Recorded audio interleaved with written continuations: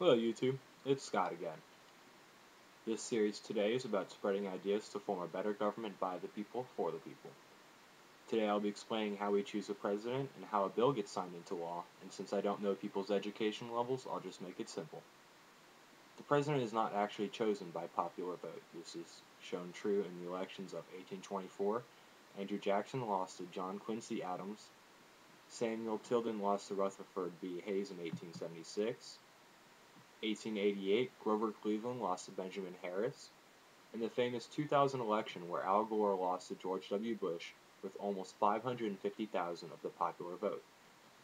The Electoral College decides who is president, and this was created by the same people who framed the Constitution, believing that a straight popular vote was too reckless. Basically what this means is that we elect people to elect our leaders, and some states have a place on the ballot and some don't. The Electoral College is described more closely in the Constitution, Article 2, Section 1. The leaders of the political parties handpick their electors who almost naturally pick their candidates. The amount of electors is the same number as the House of Representatives and Senators for each state, plus 3 for D.C., totaling in 538. Most states use a winner-take-all system, where popular vote of the electors in that state uses all votes for said state towards their candidate, while others use a congressional district method, where the popular vote of said district in that state gets the vote for their candidate.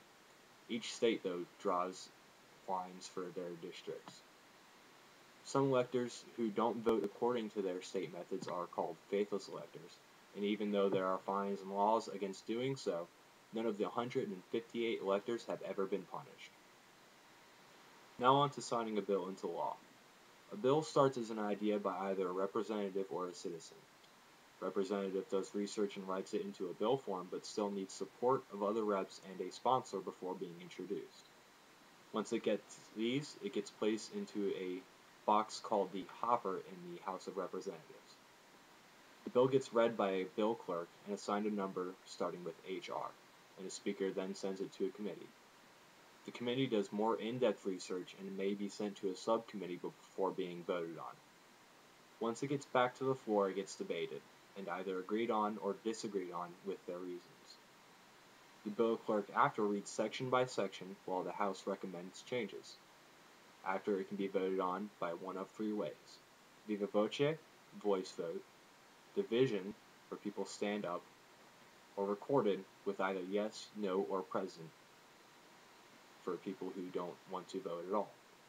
If majority accepts, it gets passed on to the Senate. The Senate does the same exact things, except only a voice vote is done instead of 3 choices. If it gets passed, it moves on to the president.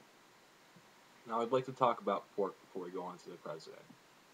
Pork is when either the Senate or the House decides to add things onto the bill that don't pertain to the bill itself. Usually lobbyists try to get things put into bills secretly so that they can keep things going good for themselves. Now once the bill gets to the president, he has 3 choices. It can be signed into law, and it just gets signed into law. It can be vetoed, where it gets sent back to the House and Senate and then voted on, with 2/3 agreeing passing it into law. Or it could be pocket vetoed. A pocket veto, he just doesn't do anything for 10 days. And if the Congress is in session after these 10 days, it'll become a law.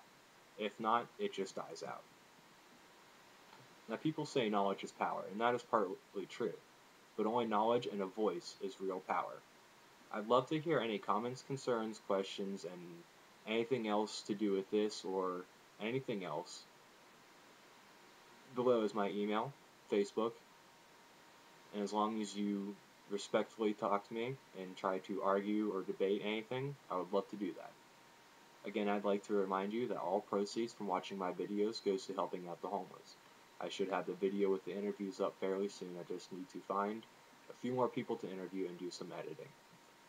Signing off, I'm Scott Downer.